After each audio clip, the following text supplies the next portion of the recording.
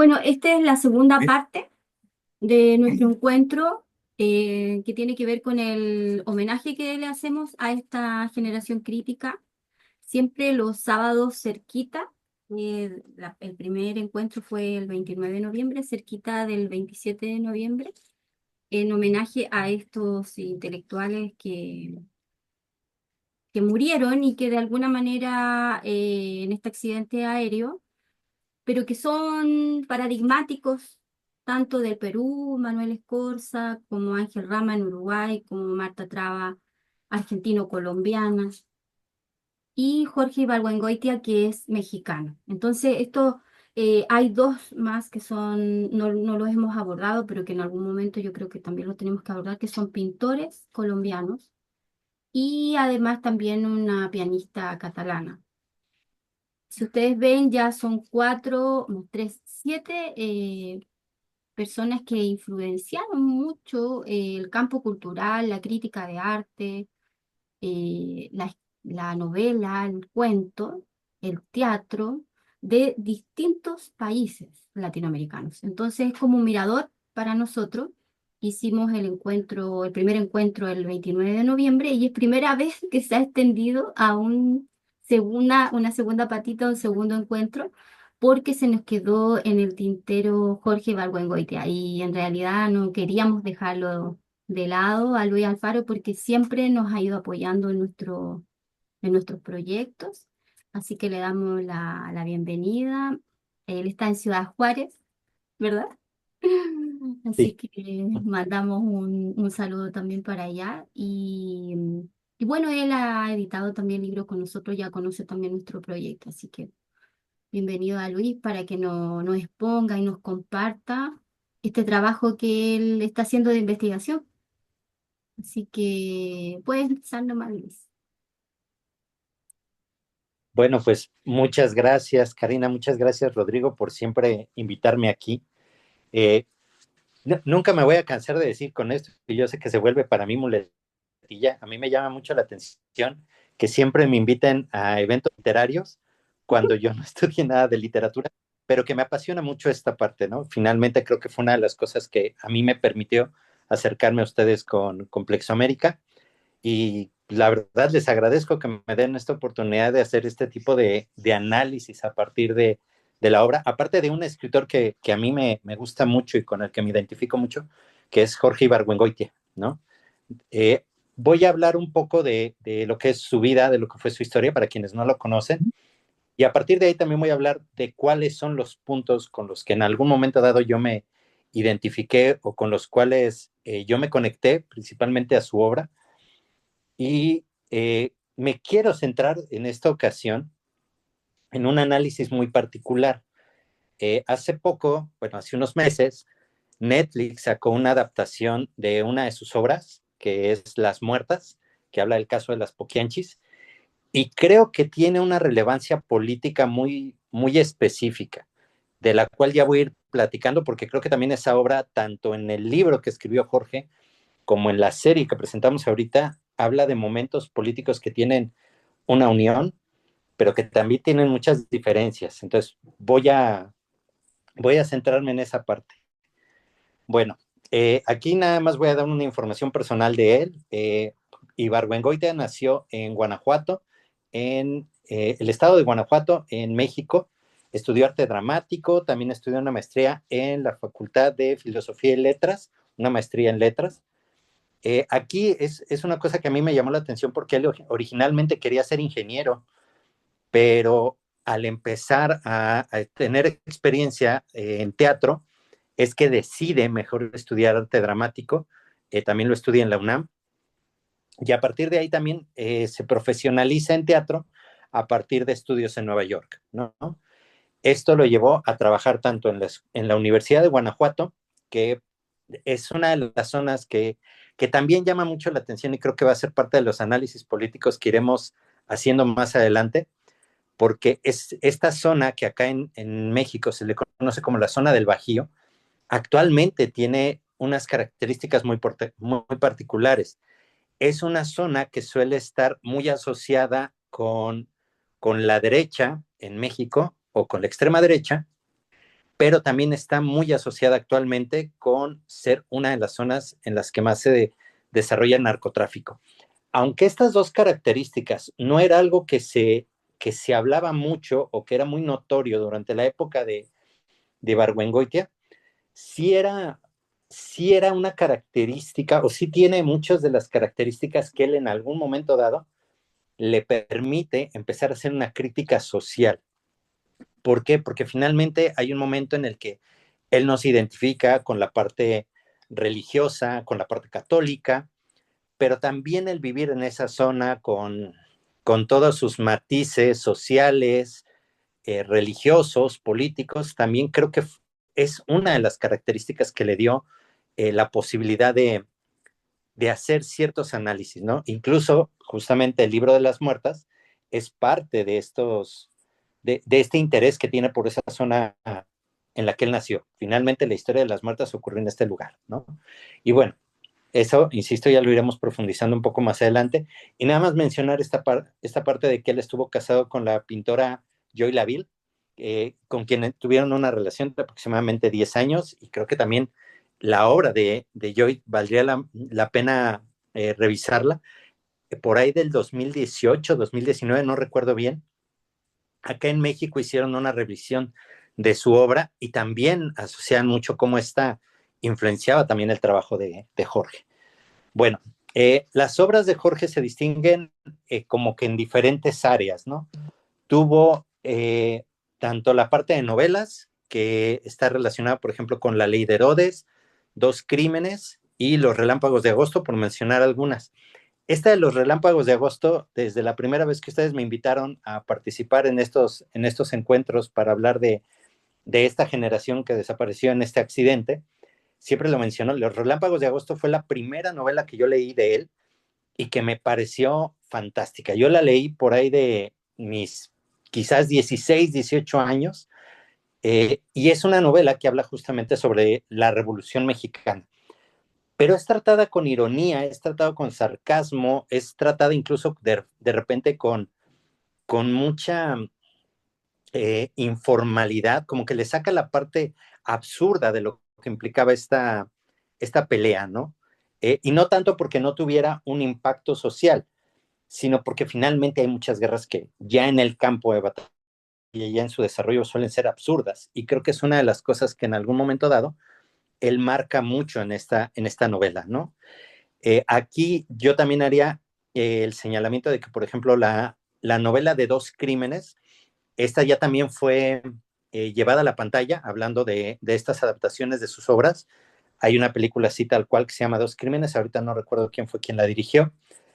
Y en teatro, dentro de sus piezas, lo que es Susana y los jóvenes, Tres piezas en un acto, o El atentado. El atentado también fue una obra que ya también tuvo una adaptación al cine. Estas dos películas, sí tengo que mencionarla, no tuvieron como tanto impacto. Dos Crímenes, si no mal recuerdo, fue creo que adaptada por ahí del 2003, más o menos. Y El atentado, creo que fue adaptada por ahí de 2015. Pero bueno, no tiene mucha, no tuvieron mucha relevancia, o no tuvieron, no relevancia, no tuvieron mucha difusión estas películas, ¿no? Luis, En la labor periodística, ¿me disculpa, ibas a decir algo? sí, entonces en el Netflix está La Ley de Herodes y Las Muertas. No, no, no, aquí entro en un detalle. La Ley de Herodes, por eso no la mencioné, no es una adaptación en cine. Aquí en México tenemos una frase, o sea, la película de Luis Estrada de La Ley de Herodes no tiene nada que ver con la novela de Ibargüengoitia. Ah, Aquí en México tenemos una frase como muy popular que se dice que en ciertos lugares o en ciertas situaciones aplica la ley de Herodes. ¿Cuál es la ley de Herodes? O te chingas o te jodes, ¿no? Es este juego de palabras donde no hay como muchas opciones o no hay como mucha posibilidad de, ¿cómo decirlo? De que tengas como una salida ante una situación. Eso está muy ubicado justamente en el tema de la política. Lo que es la novela de la ley de Herodes retoma esta idea de hecho, ni siquiera es novela, es un cuento corto, pero retoma mucho esta idea de que solamente tienes dos opciones, ¿no?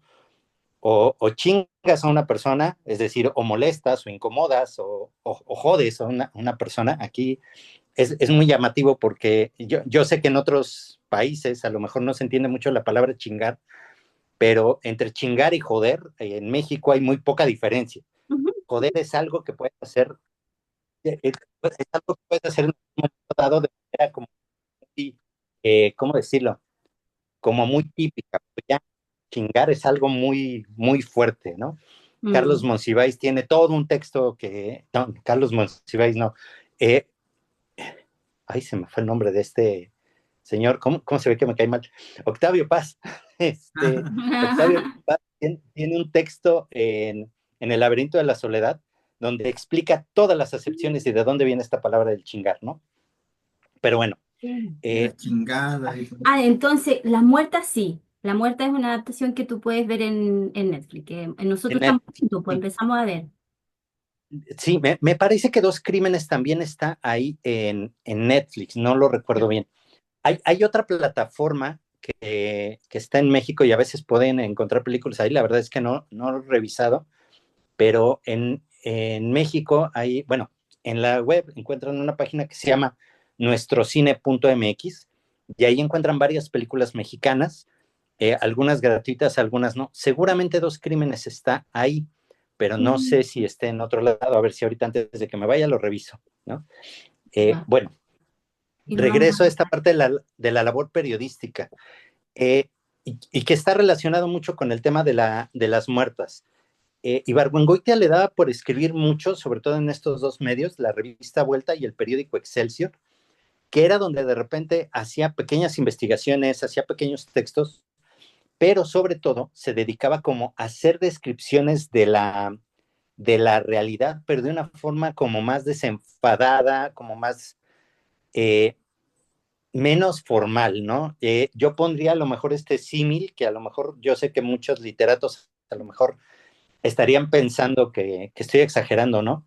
Pero si con Cortázar de repente teníamos instrucciones para subir una escalera, instrucciones para llorar, este, con Ibargüengoitia teníamos, por ejemplo, esto de instrucciones para vivir en México, pero era un tono de ironía, era un tono de sarcasmo muy más amplio que en algún momento dado no nos permite darle seriedad a lo mejor formal o académica o literaria que podían tener, por ejemplo, las obras de Cortázar, ¿no?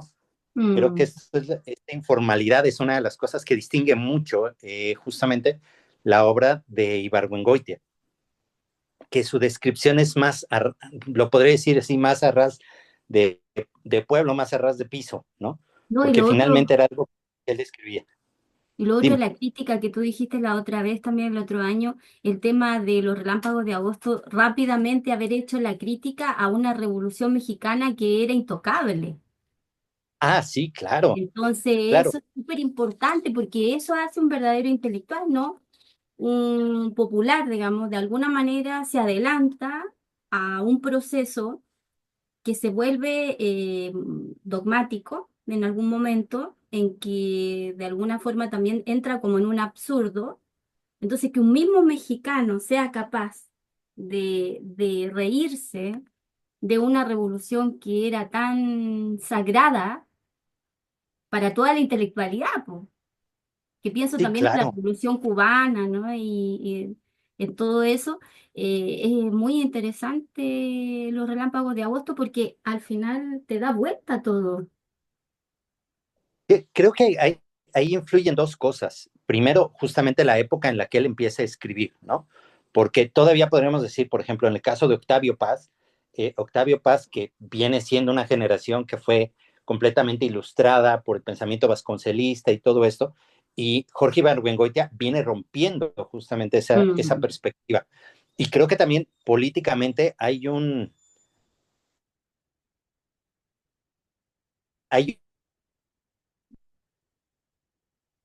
características. 20, 25 años después de la revolución, los que gobernaban, los que eran presidentes, habían sido caudillos, es decir, habían generales que participaron en la Revolución Mexicana. Entonces, que fuera un militar o un ex militar que formara parte del gobierno, también creo que eso le daba mucha solemnidad a ver la revolución. Ya cuando Mm. empiezan a aparecer figuras que no son militares, no recuerdo si es Miguel Alemán, ahorita lo olvidé, pero no recuerdo si es Miguel Alemán el que rompe justamente con esa perspectiva militar o exmilitar de presidentes mexicanos. Mm. Ah, sí, pues eso. Eso creo que también le da una posibilidad a los de romper con esa inercia, ¿no? ¿Alguien dijo algo? Sí, sí, lo que pasa es que yo empecé a ver esto, la ley de Herodes. Uh -huh, Y claro, sí, ahí sale como en la época de como también de haber sido los años 50 más o menos, y sale como Mateo Alemán como el presidente, sí, como personaje uh y, -huh. y los y los que son como los de gobernadores también, ¿no? Tienen una bajada de línea que es como un México moderno, libre, democrático, y entonces ahí ponen a este personaje como a poner orden en un pueblito chico que se rebeló y mataron al, al alcalde que estaba robando plata. Ajá. Para variar. Es que me parece que por ahí también, pensando un poco y adelantándome a esta cuestión de que Luis Estrada, desde que estudiaba cine, quería adaptar el libro de las muertas, creo que es inevitable pensar que mucha gente que se haya formado en México entre los 70s, 80s, donde todavía estaba como muy presente la obra de Ibargüengoitia, obviamente iban a tener una parte de este pensamiento crítico, de este análisis crítico, ¿no? Que mucho era reflejado por los textos que estaba reflejando justamente en esta revista y en este periódico Ibargüengoitia, no el único. A mí me llama mucho la atención algo que ocurre en México, y lo digo desde la perspectiva cinematográfica y literaria. Hay mucha obra crítica en México en la década de los 70. Y Mm. lo veo mucho con esta cuestión como muy permisiva por parte del gobierno, porque aunque eran intelectuales, eran escritores, autores que eran críticos, digamos que no estaban como buscando quizás el cambio de un gobierno o el derrocamiento de un sistema, y creo que eso es lo que les hacía permisible, ¿no? El poder hacer estas críticas. Al Mm. final, en todo sistema democrático siempre se permite como cierto tipo de crítica Mm. por parte de estas áreas, ¿no? Porque finalmente pues, son intelectuales que de un modo u otro se benefician del mismo sistema, ya sea por becas nacionales o por becas extranjeras, pero que sí les permite este nivel de crítica. Y de verdad hay películas muy críticas en la década de los 70, pero que con el paso del tiempo se fueron cerrando en México. Y creo que a nivel artístico, a nivel periodístico, se refleja también en esta parte. No me voy a meter en este tema, podría ser tema de otra parte, pero, por ejemplo, incluso la presencia de Alejandro Jodorowsky en México, los 60, pero no es un área que se toca, no es un área que es muy mencionada, ¿no? Debo de Luis, decir pues, que también la psicología de Jodorowsky no ayuda mucho en eso, pero es innegable la influencia que tuvo a nivel artístico, ¿no? Pero bueno, esa es otra perspectiva. Esta parte de la te crítica, referías, lo que pasa es dime, que se quedó pegado justo cuando dijiste Jodorowsky, se quedó pegado un poquito, entonces no. Iba a decir que Jodorowsky estuvo viviendo en México, ¿no?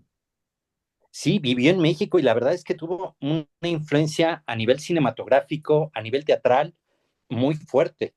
Incluso hay varios actores que en algún momento dado ha trabajado con Luis Estrada, gente que en algún momento dado fue o era de las piezas, Roberto Cobo, por ejemplo, que también salió en Los Olvidados de Luis Buñuel, también llegó a trabajar con Alejandro Jodorowsky. Entonces, sí deja una huella bien interesante en materia artística, en materia teatral, pero no es algo que, por ejemplo, se retome mucho en México. como muchas instituciones, seguramente esto va a ser retomado ya que muera Jodorowsky, pero sí hay una influencia muy grande en esta parte. Conectando esta idea justamente, por ejemplo, con Jorge Ibargüengoitia y esta labor que hacía a nivel periodístico, él era muy crítico tanto de la burocracia en México, pues, como muy, muy marcado esa parte de cómo funcionan las estructuras institucionales a nivel político, y él también hacía mucho esta crítica. Él era muy, muy crítico del sistema del PRI, y lo voy a mencionar también más adelante, y creo que era una parte también interesante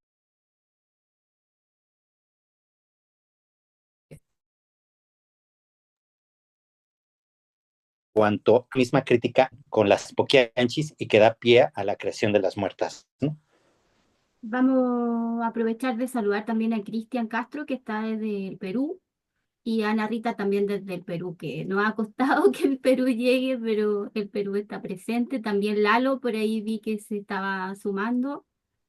Está también Rudy de Guatemala, y eso es importante, pues, haber convocado a varios países para poder estar homenajeando en este caso a Jorge Ibargüengoitia, que es mexicano, así que, y con la exposición que nos está haciendo Luis Alfaro. Se está grabando todo esto, así que lo vamos a compartir también con ustedes, y ustedes también lo van a poder compartir también con la gente que no ha podido venir, no ha podido estar con nosotros, que sé yo, con quienes ustedes quieran. Así No, pues que gracias por su presencia también acá. Bueno, aparte de la labor periodística que ahorita también voy a retomar con lo de las muertas, también hay obra infantil en el caso de Ibargüengoitia. Pero me quiero centrar justamente en esta relevancia que tiene a partir de esto que ya he mencionado.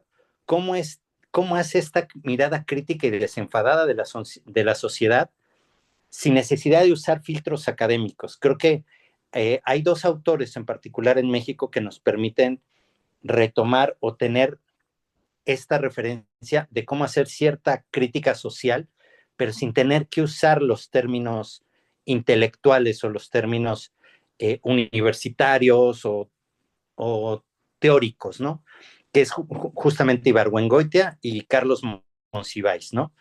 Y creo que en el caso de Ibargüengoitia, una de las cosas que más se destaca y es de las piezas o de las partes de su obra que más se llega a mencionar, es la parte humorística, ¿no?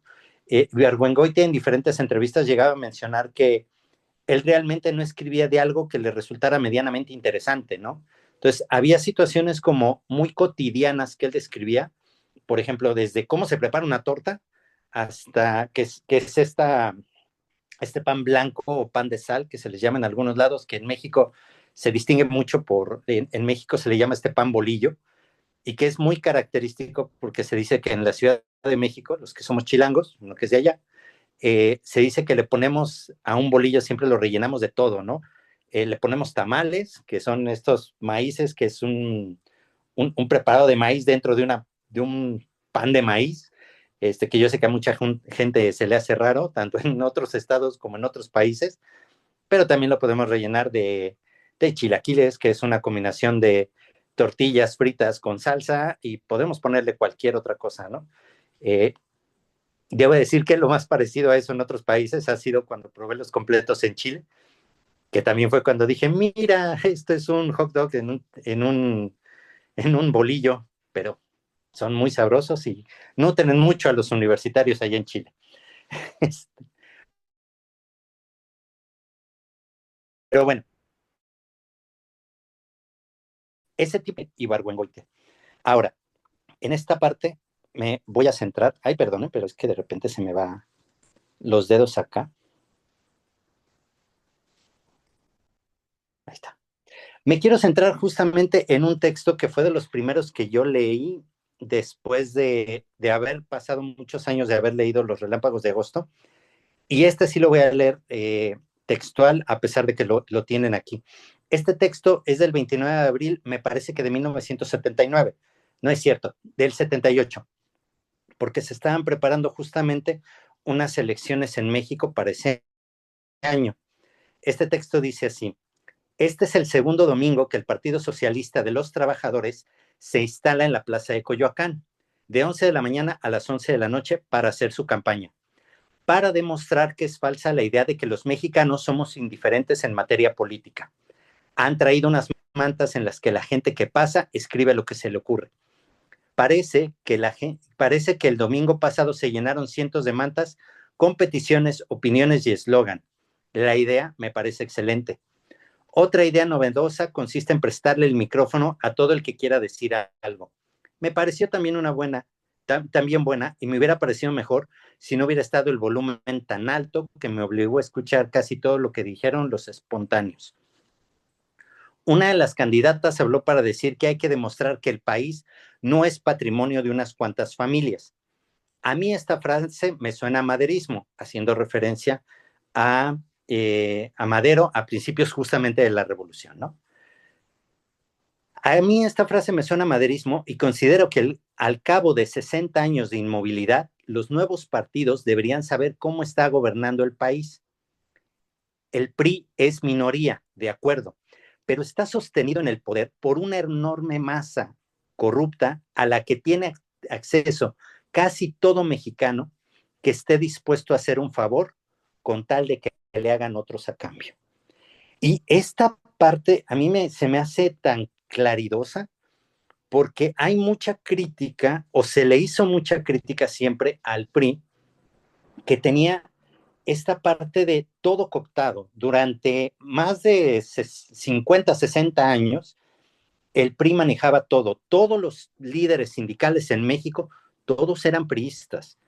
Había líderes sindicales en México, el mejor caso era el de la Confederación de Trabajadores, que fue Fidel Velázquez, un señor que todavía a finales de los 90, con más de 90 años, el señor daba sus conferencias de prensa y era un señor que ni siquiera ya tenía coherencia, ni siquiera se le entendía. Era un personaje de eso que se le llamaba el antiguo PRI, pero describía justamente cómo estaba estructurada esta parte de la política, donde, aunque no me guste la frase, o más bien no la frase, aunque no me guste el personaje, pero este tipo de estructuras políticas, sindicales e institucionales, donde todas estaban alineadas a un mismo partido, es lo que dio pie en algún momento dado a que Vargas Llosa describiera a México como la dictadura perfecta, donde todas las áreas institucionales, donde todas las áreas que pertenecían a la base social estaban alineadas también al gobierno. Entonces, de repente, que esta crítica viniera de alguien de fuera, como Vargas Llosa, pues, obviamente hizo que en algún momento dado tuvieron una confrontación con, con Octavio Paz. El video lo encuentran en YouTube. Pero que de repente alguien desde dentro hiciera la crítica hacia el interior del país, era algo que, insisto, era algo muy, muy permisible en ciertas áreas y en ciertos sectores. Aquí pondría yo un referente también de la cultura popular en México. Hay un cantautor que también fue muy característico entre los 50, 60 en México, Chava Flores, que también era un personaje que describía mucho la cotidianidad de la Ciudad de México, pero sobre todo en sectores de clase baja.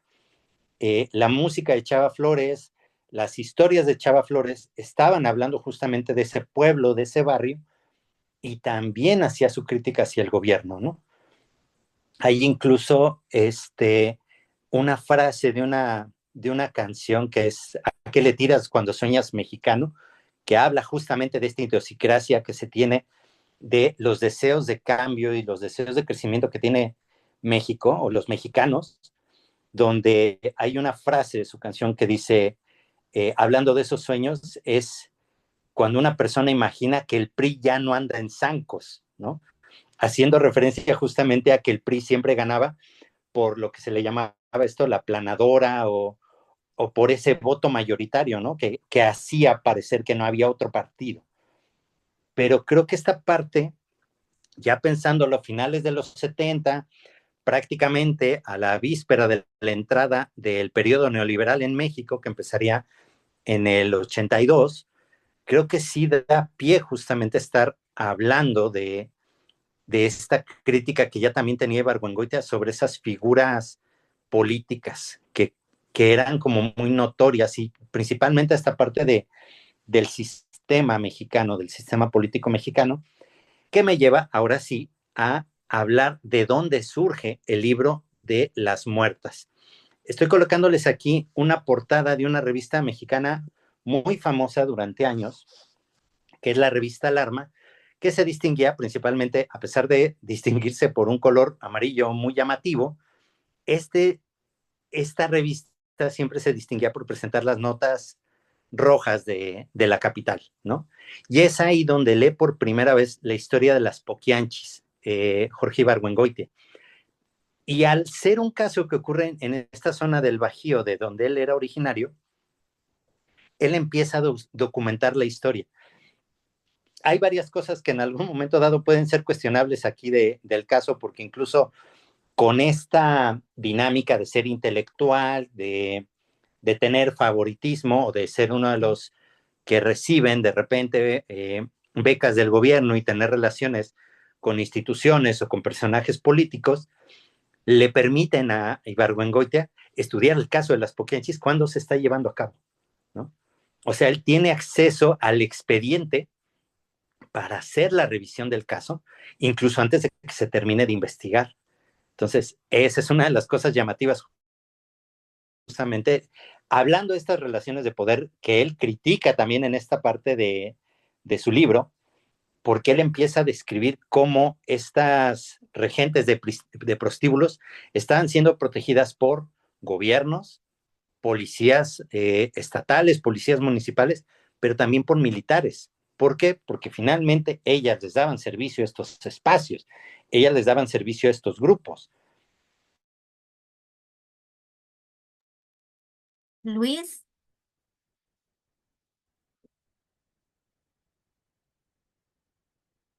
tienes que abrir ahí, creo. Dejaban prostitutas. Hola, Sí, Luis. ¿me escuchas?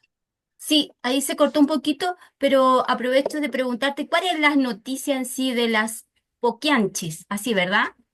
¿De qué se Ajá. trató? ¿De qué se trató así a nivel general?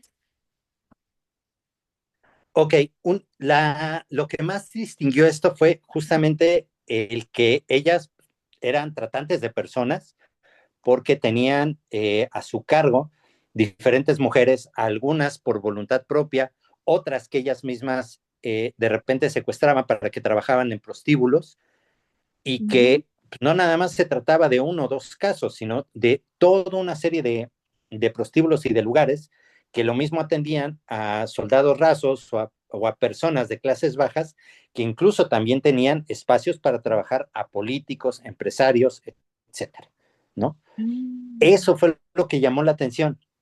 ¿Qué es lo que ocurrió con esto? Que en algún momento dado eh, hubo quizás algún político, hubo quizás alguna autoridad que a lo mejor por presión o por alguna especie de, ¿cómo decirlo?, de chantaje. De extorsión, como que las extorsionaba No, al revés, que a lo mejor quisieron extorsionarlos o chantajearlos a a ellos, ellos, a ellos. ajá, que prefirieron mejor entregarlas y que ellas fueron chivos expiatorios, ¿no? Y esta Mm. es una de las cosas que en algún momento dado sale justamente en el tema y en la investigación, porque al final son ellas las acusadas, se habla de que tiene que haber una investigación en diferentes niveles este, de gobierno y de instituciones, pero al final a quienes les queda el cargo, a quienes les quedan los crímenes, es a ellas, no a la parte de las instituciones, ¿no? Y eso fue una de las cosas que le llamó la atención, sobre todo de la investigación a Ibargüengoitia. Aquí sí hay una cosa que yo supongo que dentro de los acuerdos que tuvo al revisar el expediente, sí le pidieron que no sacara el libro tan pronto, porque no fue que lo sacara el mismo año, tardó, si no mal recuerdo, como 4 o 5 años en publicar ya el libro, para poder también hacer una investigación a fondo, porque incluso fue y visitó los lugares donde habían estado estos prostíbulos, intentó hacer algunas entrevistas, en algunos casos sí se las dieron, en otros no. Entonces, sí es una cuestión donde él intentó como documentar más esta información, ¿no? Entonces, este caso Eh, muestra el mecanismo del poder. Exactamente. Como De funciona hecho, en ya México, había sido, perdón. como funciona en México, digamos, una red de corrupción, ¿no? Exactamente. Por ejemplo, si la pongo así, hay, sobre todo en el tema de trata de personas, creo que las Poquianchi se vuelve un tema un caso muy emblemático, porque es un caso en el que hay personas que sí llegan al arresto, que sí llega a haber como un juicio sobre ellas, y estoy hablando de no nada más de juicio social, sino un juicio a nivel jurídico y que se vuelve incluso muy llamativo. Antes de esta adaptación de la novela de Ibargüengoitia, ya existe también una adaptación cinematográfica sobre esta historia y se encuentra así como la película de las Poquianchis, esa la encuentran en YouTube, y en este caso habla mucho de la vivencia que están teniendo ellas, pero ya dentro de la cárcel. No es como la historia previa, sí se menciona eso, pero es mucho de lo que ocurre también dentro de la cárcel, ¿no? Ahora, aquí viene una parte importante. Y que se acerca mucho a lo que yo quería describir, ¿no? Que es, ¿cuál es la diferencia entre el libro y la serie, ¿no?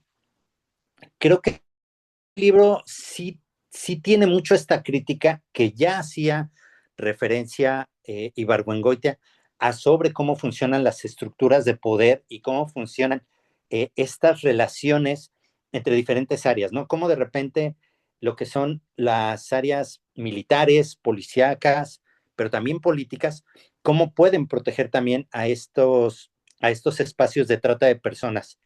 Decía que este es un caso muy emblemático y que en algún momento dado llega incluso a ser muy mediático por lo que ocurre con el Alarma, lo que ocurre también con el libro de Ibargüengoitia, lo que ocurre con esta película, con esta adaptación de las Poquianchis, y que, por ejemplo, actualmente hay muchos lugares en México en los que hay rumores, se habla socialmente, se habla en círculos periodísticos, pero no se profundiza, por ejemplo, en qué espacios o en qué lugares todavía existe la trata de personas, cómo de repente puede haber políticos que no nada más están incluidos en esa área, sino que también están inmiscuidos dentro de los espacios del crimen organizado que implica esta trata de personas, pero no es algo que se aborde tan a fondo, ¿no? En México todavía en la actualidad estamos hablando mucho del crimen organizado desde la perspectiva de lo que implica las extorsiones, lo que implica de repente el robo, lo que implica los secuestros, la venta y distribución de estupefacientes, pero poco se habla también de cómo todo esto está conectado también al tema de trata de personas, ¿no? Por ahí, a principios de los 2000, durante el gobierno de Vicente Fox, se planteó mucho esto de qué ocurría de repente con redes de trata de personas, pero también se vuelve una cortina o se volvió una cortina de humo donde no se habló directamente de qué personas estaban siendo investigadas, ¿no?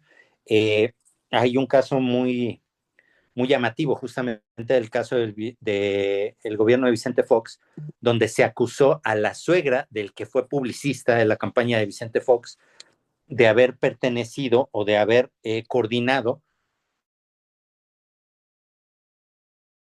la red de trata de personas a través del Instituto Nacional.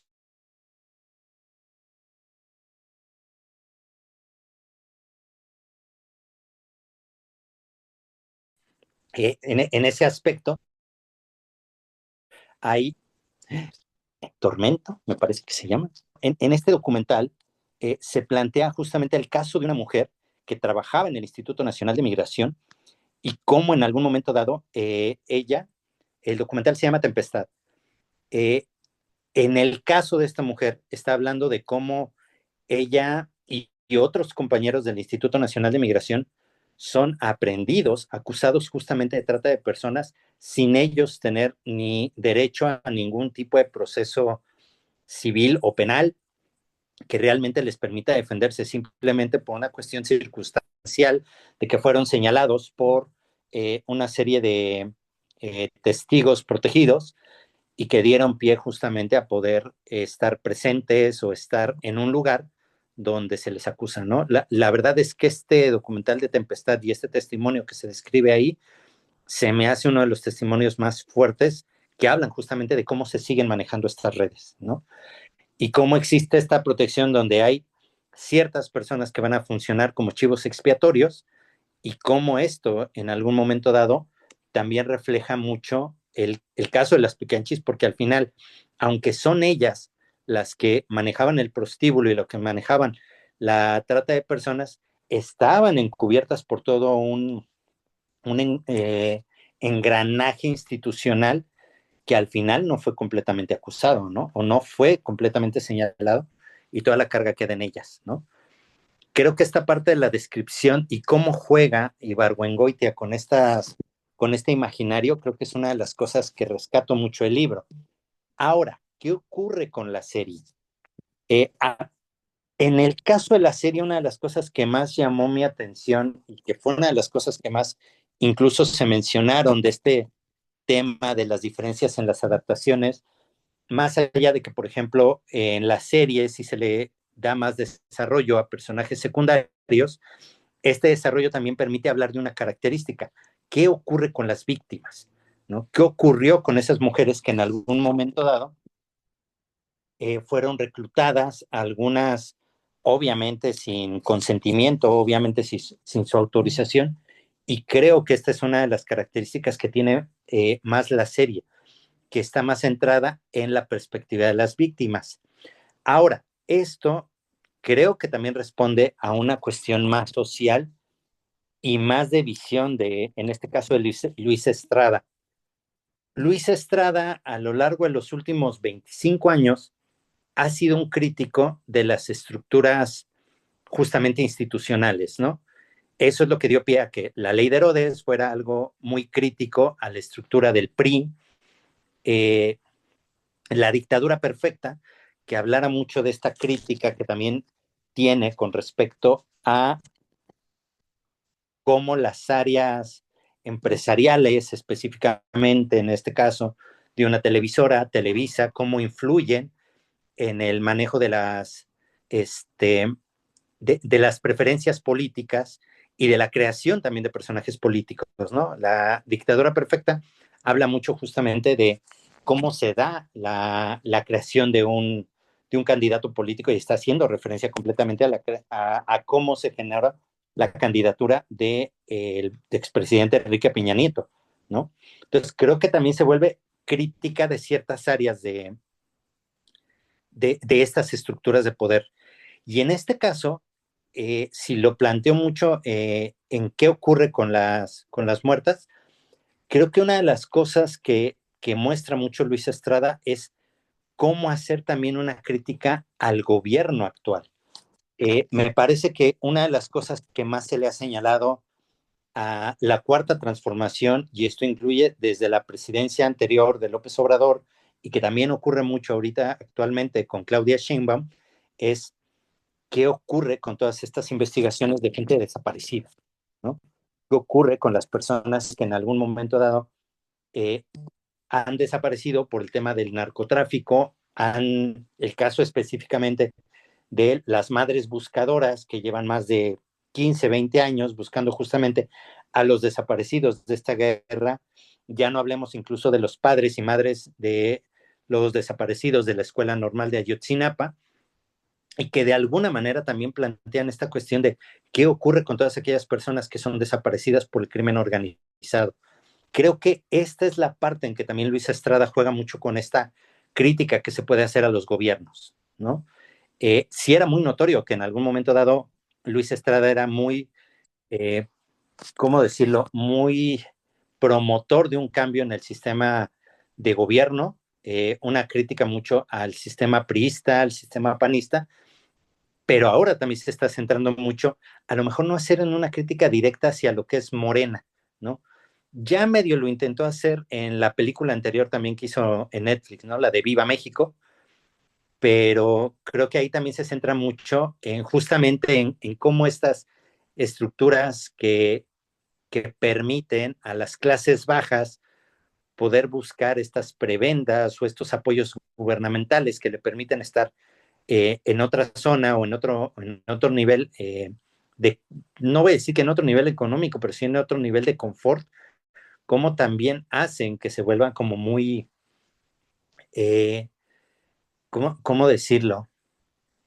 Como mucho de sostener estas clases a partir de prebendas, que también no es algo nuevo. O sea, no es que la cuarta transformación o Morena tal cual lo haya inventado, era, un, era una propuesta, un proyecto que existía incluso desde el prianismo, pero que de alguna forma se vuelve a retomar, ¿no? Creo que en ese sentido ha habido poco cambio en cuanto a la dinámica política en México, pero creo que ese poco cambio que sí ha existido, sí ha permitido que en algún momento dado haya realmente una distribución económica distinta a lo que implicaba la parte neoliberal, ¿no?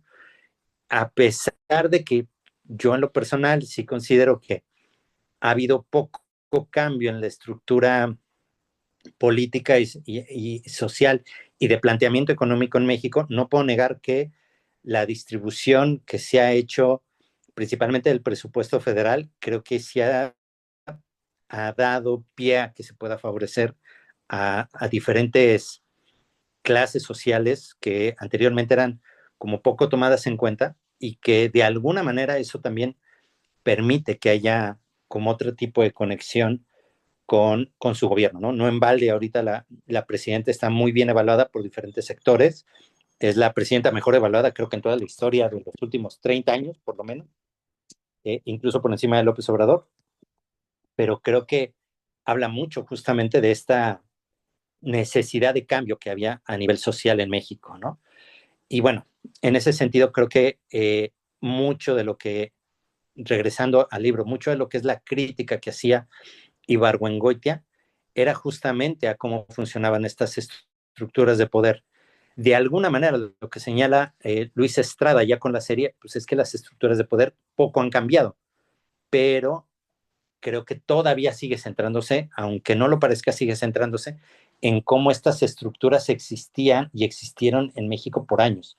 Entonces, creo que es bien importante, en este caso, retomar tanto este tipo de crítica que hacía Ibargüengoitia y que de alguna manera hay otras personas que lo siguen desarrollando actualmente, y creo que esa es la parte importante del trabajo de Luis Estrada con Las Muertas, que nos da la posibilidad de retomar esta crítica social y esta crítica política a las estructuras institucionales si realmente queremos hacer un cambio en nuestros espacios y en nuestras sociedades, ¿no? Y bueno, yo con esto termino. Eh, Espero aquí algún comentario, alguna otra cosa. La verdad, les agradezco mucho esta posibilidad de hacer estos comentarios. Algo que me ha unido mucho a Rodrigo, a Karina, es poder hablar de política mexicana, de poder hablar de política latinoamericana, y siempre agradeceré esto, aunque me permitan hacerlo desde mi humilde y muy sencilla opinión literaria de este autor que me gusta mucho.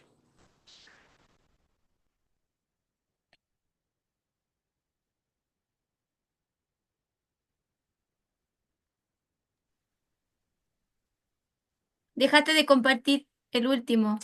¿Qué es lo que decía? Ah, espérame, lo vuelvo a poner.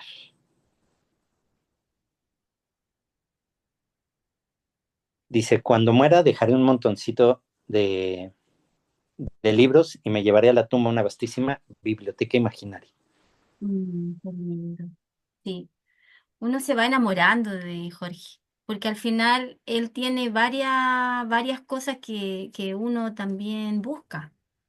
Es decir, una innovación en la escritura, ¿verdad? Uno abre su libro y dice, no hay otra, yo he leído harto y, y no se encuentra esa forma de escritura en otro lado. Hay una manera de enfrentar la escritura, una innovación casi como de avanzada, por decir así, muy innovadora, porque además maneja mucho la oralidad, Uh -huh. el, lo mexicano, por decirlo así, la forma oral que tiene y popular que tiene el mexicano, y lo otro, la parodia, pues el humor, la parodia. Entonces, uno está metido ahí y sabe que el tipo tiene una apuesta muy fuerte en ese proyecto escritural que él tiene, una pasión, ¿no? Porque además Ujú, tiene varias aristas en donde él se está desarrollando. Al final es un periodista cultural, intenta influir con su opinión, los textos son diatribas, críticas sociales, políticas, se mete en todo, pues, ¿no? ujú, Entonces eso lo hace entrañable y me parece súper interesante lo que decías tú, porque además también, por ejemplo, ahora podemos acercarnos a Luis Estrada, que al final trata de hacer todo lo cualquier intelectual barrial debiera hacer, ¿no? Criticar al gobierno de turno, sea el que sea, aunque cueste hacerlo, ¿no? Así como lo mismo pasa ahora y ser disidente, ¿no? Manejar un rol más fiscalizador del poder, pero también aprender a verlo, observarlo y reírse también de esa ujú, convención o el canon, lo sagrado. Entonces eso a mí me parece súper interesante porque además te hace pensar y vuelve el texto muy vigente para los absurdos políticos que cada uno de nosotros está pasando.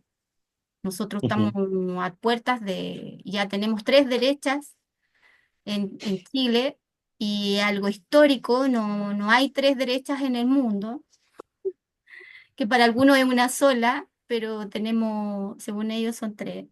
Y, y bueno, me parece súper interesante que ya mañana son las votaciones y siempre la literatura y este tipo de literatura desentrañando esos mecanismos del poder, es un gran aporte porque te hace vigente el texto cuando tú lo ujú, lees ahora, ¿no? Y también es bello y triste porque se vuelve a repetir la misma historia en muchos casos, parecido, pero se vuelve a repetir. Y estamos como en un bucle, ¿no? Y eso da mucha pena. Y esto de que se corte, por ejemplo, en el caso de las poquianchis, así ujú, se dice, ¿no? De las poquianchis. Me parece también que él vea un caso emblemático, judicial, jurídico, ¿no? Un caso policial, por decirlo, de la prensa amarillista, y ujú. eh, lo vuelva una historia, una novela, ¿no? Y que eso sea visual después, ¿no? Y la diferencia también entre lo que tú haces del texto y la serie me parece súper interesante. Y bueno, yo aquí anoté varias cosas que no he visto. Por ejemplo, La Tempestad no la he visto, que es un Ujú. documental, dijiste tú, ¿no? Sí, Y es un documental de Tatiana Hueso.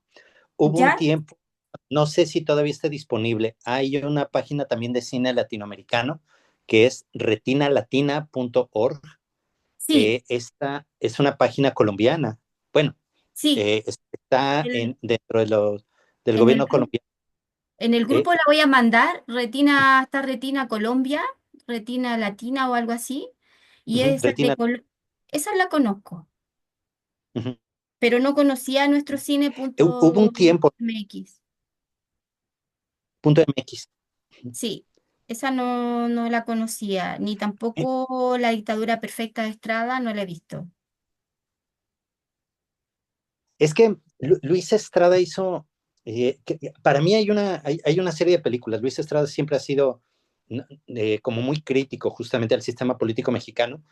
Fue muy notorio de repente cómo se centró mucho en la parte del PRI y el PAN con esta cuestión de la ley de Herodes, la dictadura perfecta, cómo se centra en el caso de la guerra contra el narco con la película El Infierno. Creo que es su mejor película. Ya no me Este, suena. Esa la por, he visto. ¿Ya? por, y hay una película en particular hablando de esta cuestión de la clase baja. Creo que en Viva México, yo el único tema que tengo con el tema de Viva México, yo soy un cinéfilo, me gusta mucho lo que son las películas. Creo que con Viva México me pasa algo muy similar a la película de Parásitos. Creo que Mm. de Bong Joon-ho, el coreano que ganó a mejor película hace unos años, se me hace una muy buena película Parásitos. Viva México no se me hace mala película, pero tengo un detalle con esas dos, que ambas películas al final terminan etiquetando como siempre se ve a la clase baja, como una clase inculta, como una clase violenta, como una clase agresiva. Y aprovechadora, ¿no? Parásito, Exacta, parásito. exactamente. Eh, Es el único pero que yo tengo con Parásitos. Parásitos se me hace una muy buena película, pero creo que termina encasillando a la clase baja con ahí esta hay una misma... crítica, pues, ahí hay una crítica, un comentario que se podría hacer, ¿no? Porque además Esa, el cine mexicano es todo un símbolo también, o sea, ahí hay harto que pensar, ¿no? Cuando tú dices que te gusta es porque, chuta, es una gran industria del cine mexicano, ahí se puede sacar hartas cosas. sí, y dentro de esa parte de lo que son las obras de Luis Estrada, ahí sí tengo que decir, al menos desde La Ley de Herodes para acá no ha habido algo de Luis Estrada que yo no haya visto. Eh, Creo que en el caso de Viva México ya se había repetido esta fórmula de cómo hacer la crítica aprovechadora de la clase baja. Hay una Mm, película que es la menos conocida de él que se llama Un mundo maravilloso, una cosa así, ¿ya? que habla, es bien crítica justamente de las instituciones y creo que incluso ahí está más justificado el por qué ver violenta a la clase baja. Un mundo Mm. maravilloso describe una utopía donde, y ahí lo vuelvo a comparar con el cine de Bong Joon-ho, con esta película de Snowpiercer, que es, en el caso de Bon Joon-ho, esta película que es eh, la historia de cómo la humanidad ya se acabó y solamente existe un tren, donde el tren está dividido por clases altas, clases bajas, Ujú. y las clases más bajas están hasta el final del tren, y cómo de repente hacen una revolución para poder llegar a derrocar a las clases más altas, ¿no? En un mundo maravilloso no existe, entre comillas, la clase baja, ya no existen los pobres, porque ya se acabaron, ¿no? Ya no existen. Pero resulta que hay una parte o hay una sección en la que estos pobres estaban como muy perdidos, enterrados, y ya se les había olvidado hasta que de repente uno de ellos surge de la nada y pues le tienen que dar su casita, su bocho y su lugar para que pueda integrarse a la sociedad y pueda tener este crecimiento, ¿no? Creo que ahí también ya se veía también mucho esta etiqueta que existe sobre la clase baja, que es esta mirada que de repente como intelectuales tenemos desde, esta, desde esta visión de cómo dividir a las sociedades y cómo etiquetar y prejuiciar Y es porque los cineastas mismos a responden a una a clase las clases social, sociales. ¿no? O sea, los cineastas Exactamente. son, hasta que vienen cineastas que ven la cuestión de otra manera, ¿no? Y que un poco lo compartimos, nosotros compartimos harto el cine y también lo que Luis hace es retomar el cine también hecho por mujeres que en México ha sido toda una institución, así como en Argentina, Sí, ¿no? sí, claro. Por ejemplo, a mí algo que me llamó la atención de ver de repente a Luis Estrada haciendo promoción de esta serie de las muertas, Luis no entiende todavía lo que es el progresismo en ciertas áreas, sobre todo en lo que implica la temática de la perspectiva de género Mm, o esta cuestión de tener que aceptar el lenguaje de todos, todas, todes. O sea, mm. es muy notorio porque pues, finalmente Luis Estrada es un boomer, aunque tampoco me gusta explicaciones de boomer, generación X, Z, Y, lo que sea, pero sí habla mucho también del contexto en el que está educado Luis Estrada, ¿no? Que no deja de Sí. ser crítico, pero que aún así es como de esta generación de críticos que aún les cuesta trabajo adaptarse a estos cambios sociales actuales, ¿no? Sí, es verdad. Ya, pues. Bueno, igual hay muchas cosas que se pueden ir investigando ahí de tu exposición y ahora sí abrimos el espacio para que vamos comentando qué les pareció la exposición de Luis, vamos hablando, haciendo comentarios y además también después Rudy nos puede comentar también sobre el tema de la entrevista también que lo vamos a hacer a la pasadita que hicimos sobre lo de Marta Traba y lo importante ahora es dialogar un poco, después dejar abierto el espacio también para otros encuentros sobre esta generación y otras cosas. Ahí hay que ver hartas cosas todavía.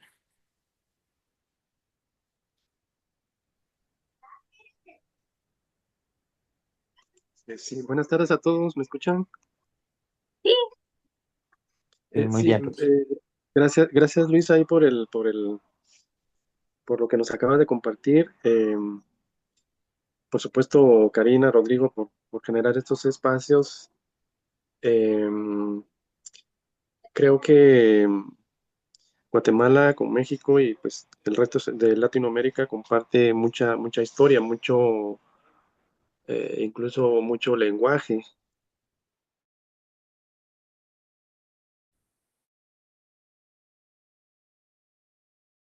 muchos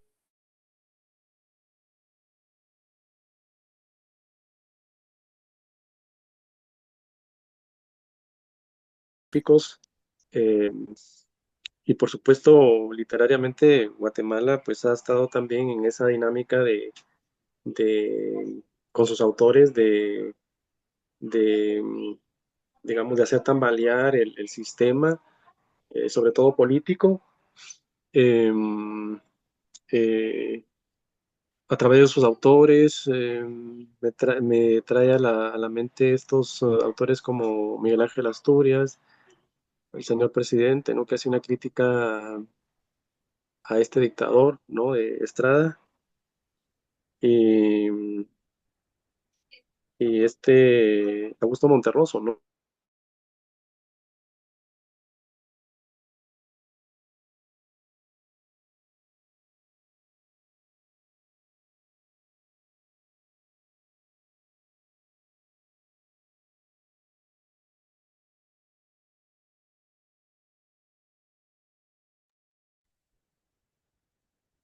¿Aló? ¿Se quedó pegado, parece?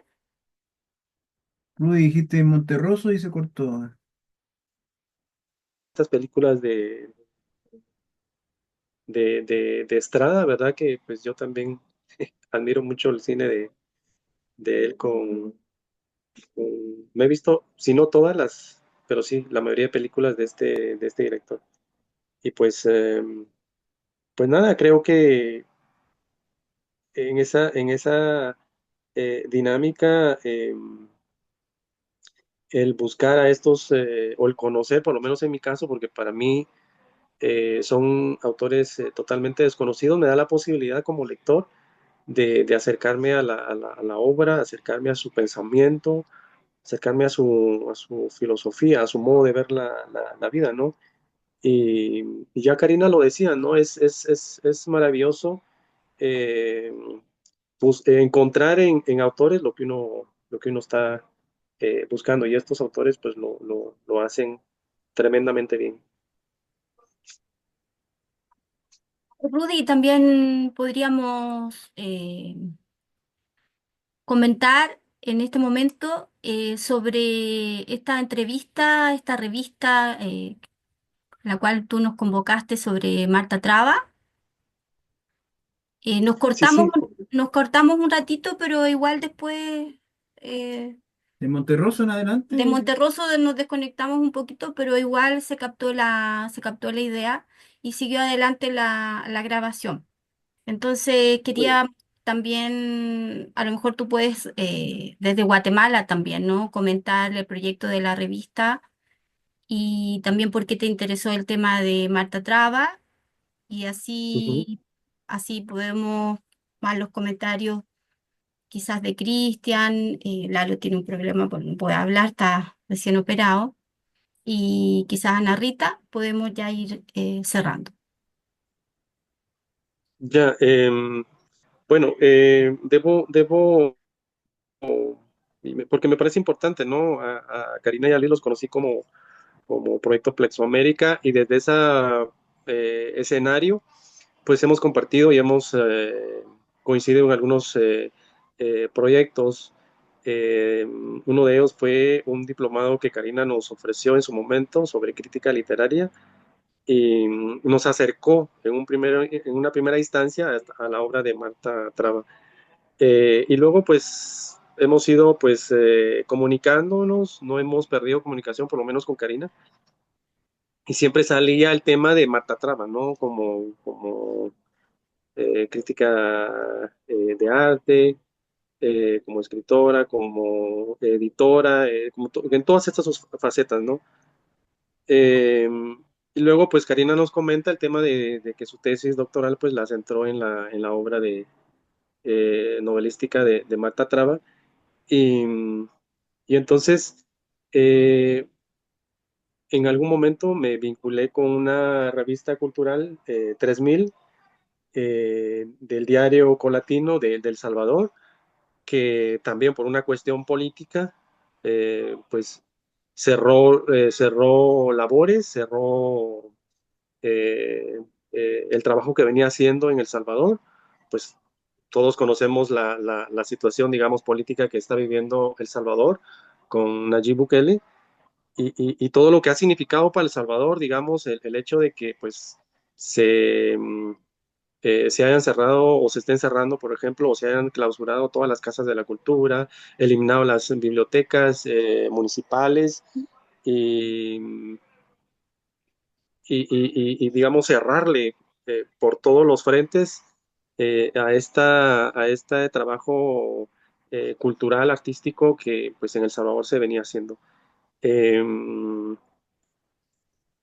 el poeta Otoniel Guevara, que es un poeta eh, y gestor cultural que fue militante en su momento, ¿verdad? En El Salvador, eh, cuando Centroamérica se vio, digamos, involucrada en todos estos conflictos de guerrilla interna. Él fue un, digamos, partícipe en primera línea, ¿verdad? En en estos conflictos. Y pues ha tenido siempre las osadías de estar en contra de estos sistemas políticos, tanto pues que hoy mismo se encuentra no en El Salvador, se encuentra pues eh, nuevamente en un autoexilio, ¿verdad?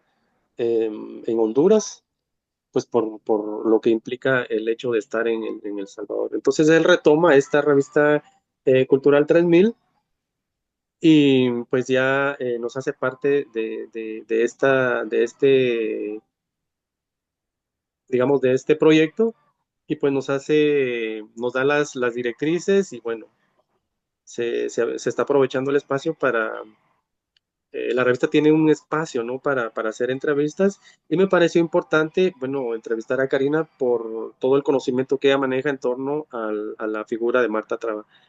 Pero como lector, porque aparte primero, digamos, soy escritor, pero me interesa más la lectura, ¿verdad? A mi juicio.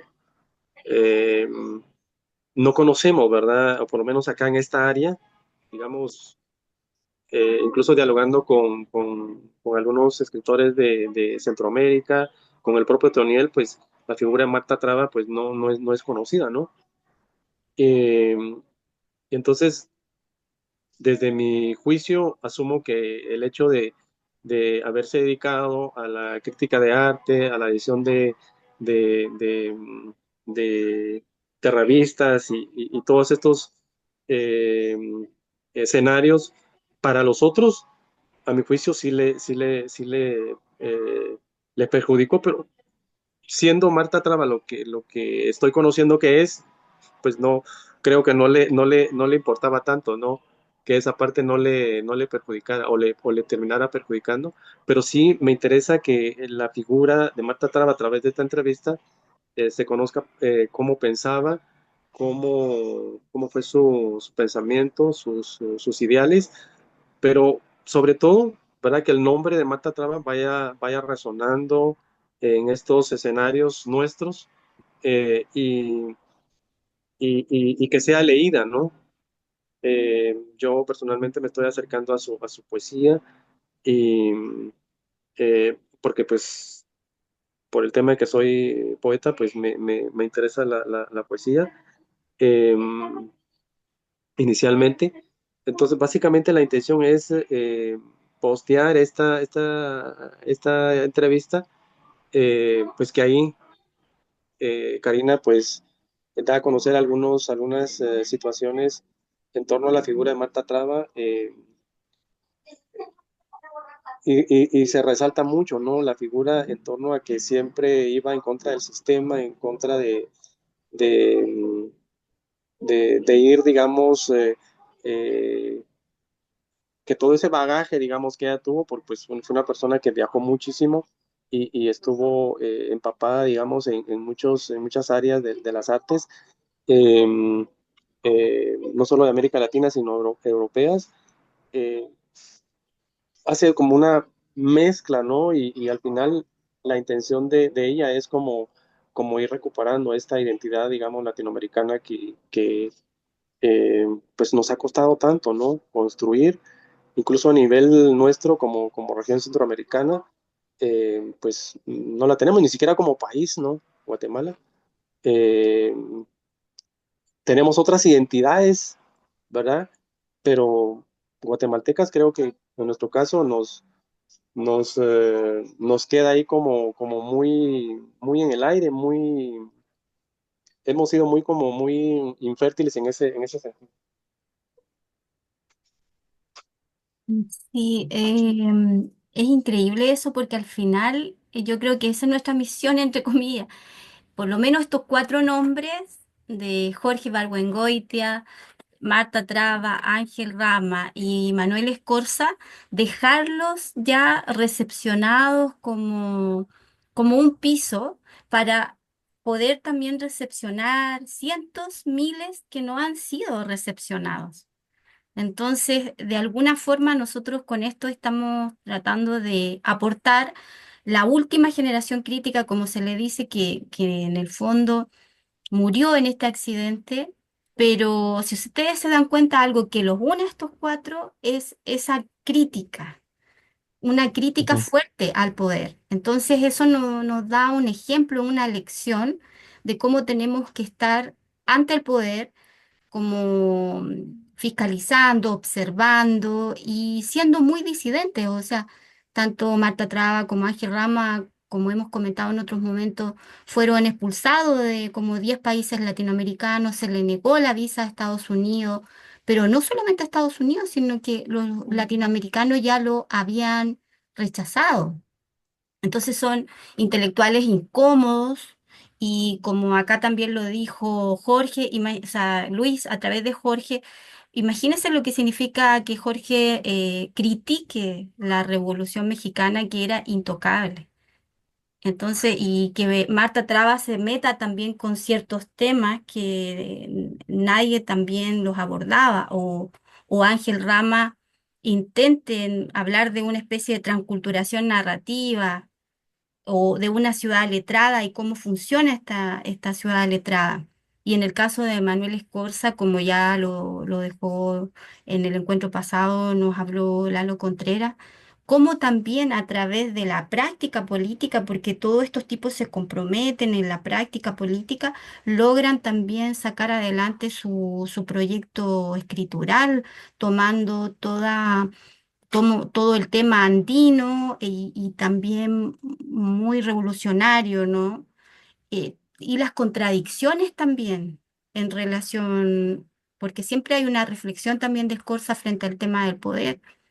Entonces acá, por ejemplo, también tengo dos libros que siempre estamos mostrando. Este es Maten al León, de Jorge Ibargüengoitia, y Los Relámpagos de Agosto, también de Jorge Ibargüengoitia. Tengo dos más, pero no los pude encontrar. Pero esto es muy importante porque casi no llegan al sur del mundo y un librero me los encontró que estaba, digamos, una persona eh, como vendiendo su biblioteca, ya deshaciéndose de su biblioteca y tenía muchos, muchos mexicanos, ¿no? Entonces ahí él los agarra y ahí me los ofrece a mí porque ahí habíamos estado hablando, este se llama Serie del Volador, es muy interesante, un Joaquín Mortis, o Mortis, Mortis o Mortis, Joaquín. Es un Ortiz. Joaquín Mortis, así como el Ortiz. Mortiz, porque es como Álvarez, creo que Álvarez es el argentino, y este también, Ujú. Joaquín. Mortis, ¿ves? Entonces, Sí, y después nosotros vamos buscando esas ediciones, pues, sí, porque fíjate que aquí en México, Joaquín Mortis es una de las editoriales como más de elite. O sea, son como muy seleccionados el tipo de obra que de repente llega a presionar a editar Joaquín Mortis. Entonces, pues es es que llamativo, pasa pero son muy mucho. buenas ediciones, ¿eh? Pasa mucho que las ediciones que tienen el nombre de alguien, que generalmente es como el editor principal de ahí, lo mismo pasa con Álvarez, en Argentina me parece que es Álvarez, eh, no editan todo, sino que seleccionan, por eso se vuelven de elite, porque seleccionan y hacen, por ejemplo, en este caso es serie del Volador, ¿no? Entonces Ujú, son reconocidos porque justamente el editor principal es el que le da el pase al libro y bueno, la verdad es que acá prácticamente no se encuentran, entonces tenerlos y poder leerlos del libro me parece súper interesante porque también es una recuperación del libro. Hay un montón de cosas así que en realidad no están recepcionados como dice Rudy. Y el poder Mira, todo lo que tú cuentas del Salvador, que nosotros también tenemos nuestras impresiones y todo, cómo, qué bonito estar también aportando a que en ese sector pueda ser recepcionado esto, porque imagínate, estamos con gente del 60 al 80 y falta mucha gente que recepcionar todavía, entonces es impresionante toda la tarea que tenemos que hacer. Así que los invito a que nos metamos en esta última generación crítica, literaria, cultural, que ha sido reconocida después de mucho tiempo, está siendo traducida hace unos 10 20 años. Estamos también con una traducción, no hemos podido coincidir con Paulo Llanes, que está traduciendo Marta Traba en Brasil. También hablé con Amparo Rama y está siendo traducido también Ángel Rama en Brasil. Eso es muy importante porque esta pareja funcionó con amigos. La Biblioteca Ayacucho es un gran proyecto desde Caracas que genera Ángel Rama con toda una cantidad de equipos de intelectuales de distintas partes de Latinoamérica, donde se pretendía sacar unos 500 ejemplares, lo veíamos en el encuentro pasado, con todos los ensayos, el teatro, la poesía, la novela, el cuento latinoamericano y lograron más o ujú. menos unos 282 ejemplares. Esa producción intelectual es muy interesante y es la Biblioteca Ayacucho. Y a través de eso ellos también van formando sus amistades. Y las amistades con los antropólogos brasileños, Darcy Ribeiro, Gilberto Freire, es muy importante. Es muy Mm, importante. Entonces, por eso hay una galería Marta Traba digamos, en Sao Paulo, por eso hay una influencia, una relación entre los antropólogos brasileños y la intelectualidad latinoamericana. Entonces ahí uno va estableciendo las redes y eso va conformando todas las disciplinas unidas, más la música, ¿no? Y un millón de cosas, ¿no? Pensando que Fernando Ortiz, que es el cubano, el que generó el concepto de transculturación, de decir que nosotros no somos unos aculturados, como decían los antropólogos norteamericanos, sino que somos transculturados, es decir, que tenemos esta mezcla, como ustedes dijeron. Eso para nosotros es súper importante porque eso nos permite generar ese mirador del que yo hablo y ir recepcionando de a poquito toda esta generación crítica. Por eso hemos insistido una y otra vez, porque de repente en este momento no tenemos tantos referentes, por decirlo así.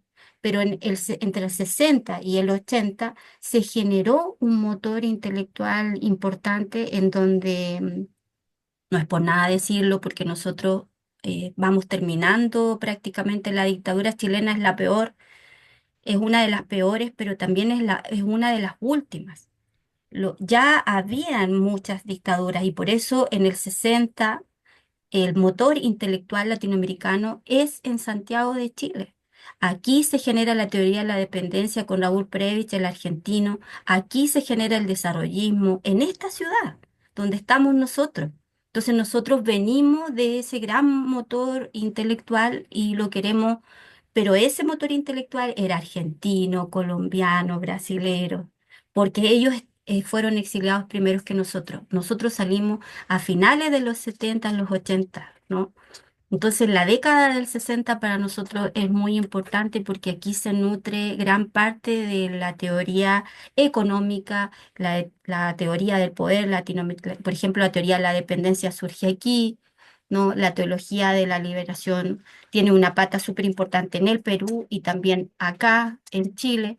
Entonces, es para nosotros importante la teoría porque tiene que ver también con una práctica política. Y si ustedes ven, cuando nosotros también nos enfrentamos a estos encuentros, sale de alguna manera la política, ¿no? La reflexión sobre el poder o esa política a nivel amplia, general, no necesariamente de partido, aunque muchos de estos intelectuales formaron partidos, construyeron, fueron parte de organizaciones políticas, etcétera. Entonces, no es menor lo que estamos haciendo.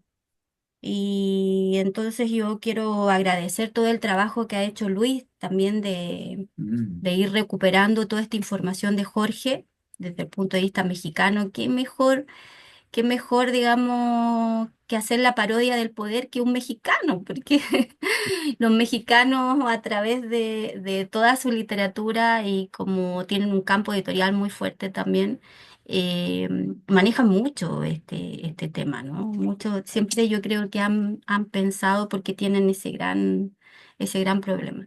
Y también sumar a los peruanos para que vayan acercándose a Escorza porque en Escorza hay una gran fuente ya debido a la inestabilidad política también y a todos sus presidentes presos y un grado de corrupción increíble.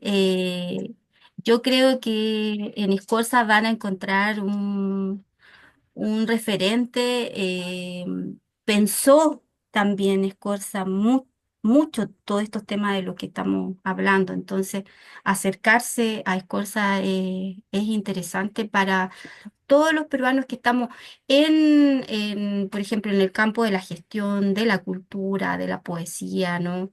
Entonces ahí a Cristian, a Ana Rita, dejarlos invitados también en algún momento también pueden ir exponiendo sobre él y acercándose también a su obra. Ahí el Lalo no puede hablar ahora, pero él estuvo en el encuentro pasado y lo vamos a mandar para que también puedan apreciar su exposición. Pero si ustedes se dan cuenta, somos 5 o 6, somos poquitos, pero esto se puede ir ampliando, se puede ir mandando la grabación. Y con esto estamos terminando. Siempre es, chuta, Qué gato quedan chiquitito. tantas cosas, po. Quedan tantas cosas en el Sí, tintero. quedan muchas cosas en ti. Quedan tantas cosas en el tintero. No sé si quieren comentar algo, Ana Rita, Cristian. Bueno, yo tenía que hablar de Manuel Escorza de repente un poco, pero lo que pasa es que yo he venido de viaje recién hoy día, en la madrugada, estuvimos en Sí. Venezuela, y como no hay vuelo directo de Lima a Venezuela, Caracas, me han paseado por Panamá, por Cuba, y de Cuba a Caracas, y ay, Dios mío, no se imaginan ustedes, le he pasado Chuta. más viajando que en el mismo evento ahí de los países, pero...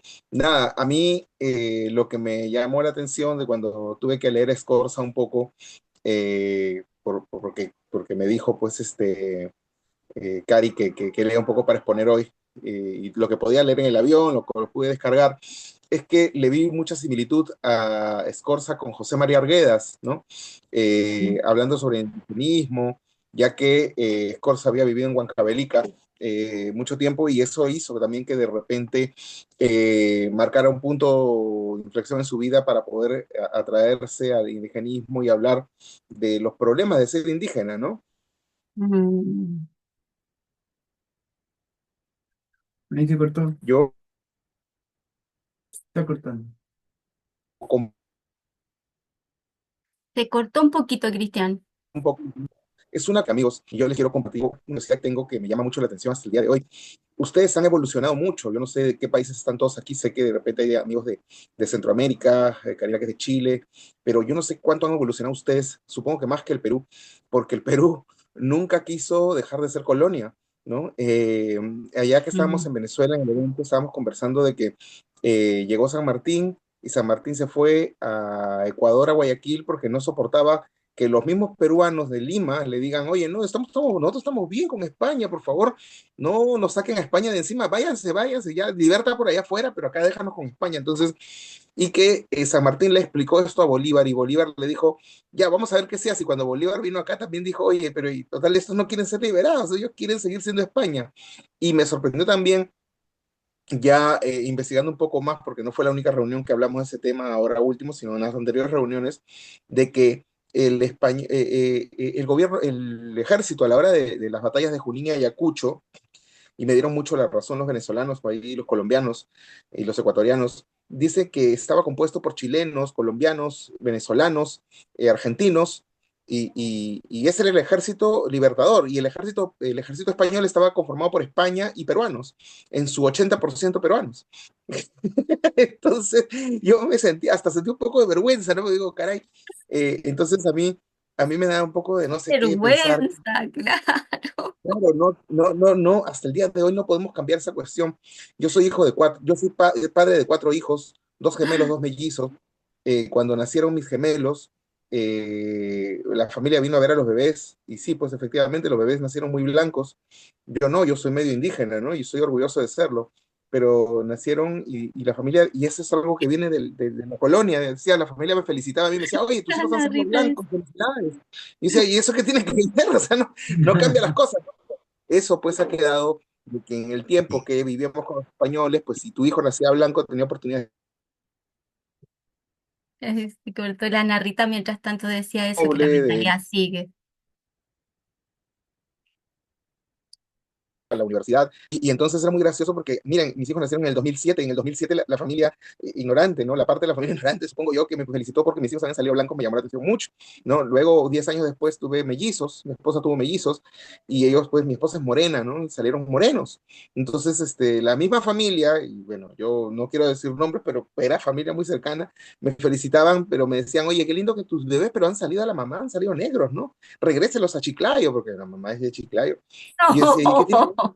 Han jalado el color de la familia de ella, me decían, ¿y eso qué tiene que ver? Le decían, o sea, entre broma, ¿no? Pero en realidad a mí me mortificaba mucho. Entonces, miren, los peruanos no han podido evolucionar, no han podido sacarse de encima Mm, esta creencia de que es mejor ser extranjero y no peruano, mm, porque si no, pues no vas a triunfar en este país. Entonces, miren ese mm, cerebro chiquito que a muchos les creo el día de hoy, eso sigue igual. Cuando justo estaba hablando de eso y justo estaba leyendo de Manuel Escorza lo que había escrito y de que había hablado mucho del indigenismo, inclusive se había aliado, se había suscrito al partido aprista, que en ese tiempo pues era un partido de actividad política que defendía, o sea, era un partido de izquierda, el APRA, y ahora el APRA es un partido de derecha que tiene lo peor de la corrupción en el Perú, ¿no? Pero miren cómo mm, van cambiando las cosas. mm. Mire, y este señor, Manuel Escorza, estaba orgulloso de ser aprista, ¿no? Ahora, ¿quién está aprista? ¿No? Qué interesante. He leído de él, creo, de hecho, me falta mucho más, pero bueno, eso es sobre todo aquello que, de hecho, me he quedado chico, me he quedado corto, pero esa es mi experiencia con Manuel Escorza hasta el momento, ¿no? Ay, bueno, y me sorprendió también de que había muerto, pues, en el accidente de avión donde murió con otros intelectuales, ¿no? Imagínense que nosotros queramos reunirnos en Chile y nos pasa algo así, por Dios, ya no quiero viajar, me ha dado miedo ahora. Teniendo en cuenta que cuando he estado viniendo de Cuba, ha habido mucha turbulencia, de verdad, viajo muy nervioso en el avión, pero bueno, espero que mi intervención les haya dado un poco de risa y les haya también abierto los ojos, de que lamentablemente los peruanos todavía siguen pensando como en 200 años atrás, y por eso que fracasó el gobierno de Pedro Castillo, porque todos decían, ¿cómo vamos a tener un serrano de presidente? Muchos decían eso, créanme, yo lo he escuchado, y es muy triste que un país indigenista, un país indígena, ¿no? No quiera lo indígena, es totalmente contradictorio. Amigos, gracias por escucharme este país. Gracias, Cristian, ¿no? Y ahí tienes harto que conversar con el Lalo. El Lalo dice que también mejor viajemos en bus. Y, oye, y nos da mucha risa todo eso de que contaste, claro, pensaba yo los peruanos ahí en el lado incorrecto de la historia. La Ana Rita también dice que la mentalidad sigue. Y bueno, era importante, fíjate, que los peruanos estuvieran, ¿no? Nos costó que llegaran y pucha, agradezco eso porque bueno, yo creo que cada país tiene que hablar desde sus cosas, lo han vivido, están ahí, entonces tienen esa voz. Y vamos a dejar invitado, yo creo que ya para el otro año a Cristian para que pueda exponernos de algo de Scorza y a lo mejor podamos extender también este encuentro Sí. ya el próximo año. Que tengan un feliz año, sigamos en contacto, que estén bien, tratemos de seguir leyendo estos y otros escritores, que en realidad hay miles y cientos que están esperando ahí ser recepcionados.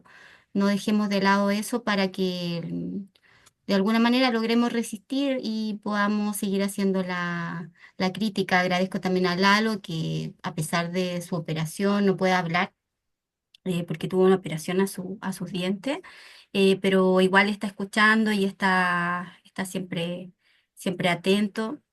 Y Ana Rita nuevamente desde la Alianza Francesa también de Trujillo, desde el Perú, que ella lleva adelante el Festival de Poeta Inédita de la Libertad con Lu también, que ustedes la conocen.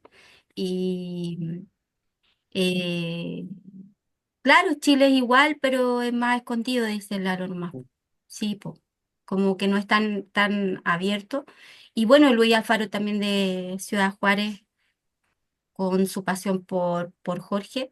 Y gracias también a Rodrigo, que la otra vez nos expuso algo de Ángel Rama, también puede ir desarrollando esa idea quizás para exponer con Cristian después. Y pucha, que estén bien, los quiero Ujú. mucho, qué bueno. Qué bueno que estemos porque igual la otra vez logramos un grupo y ahora otro grupo y saludo a Guatemala también con Rudy que se me quedaba en el tintero y quiero, es importante para mí Guatemala porque en estos últimos años hemos estado ahí. Sí, pues Lalo da gracias, saludos también, él está en el sur de Chile, en Los Ángeles y bueno, ven, ahí ya tenemos varios países y fuimos capaces de llevar adelante este encuentro. Ya, porque estén súper bien, que estén bien, no perdamos el contacto, me escriben, traten de ir compartiendo en este grupo 27 de noviembre, pueden ir compartiendo las películas de Estrada, otras cosas.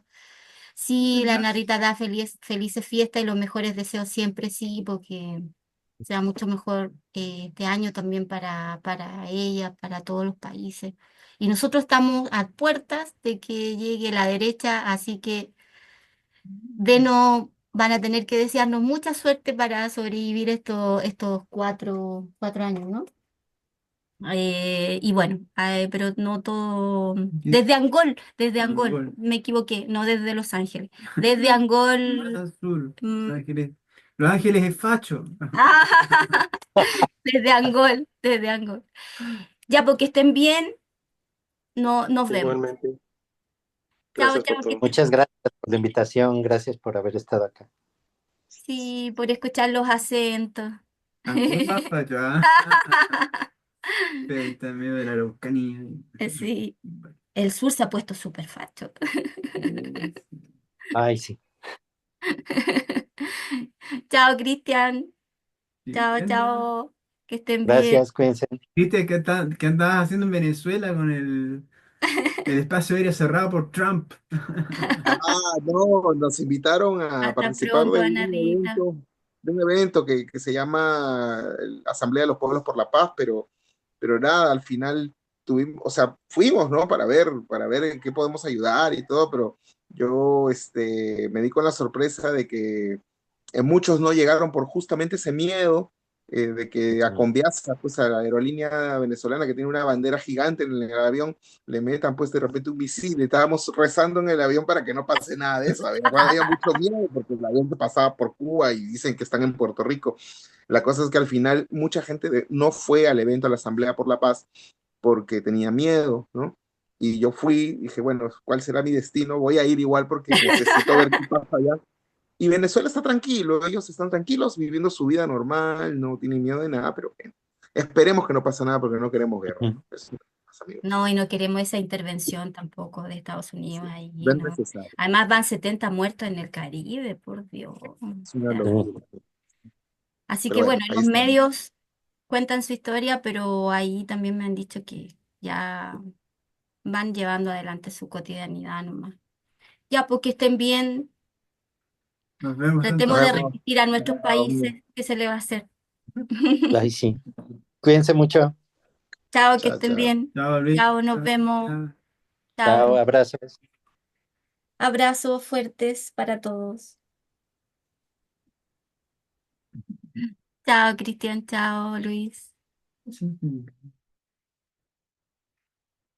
¿Y cómo lo paro ahí? Ahí, Acá. ahí.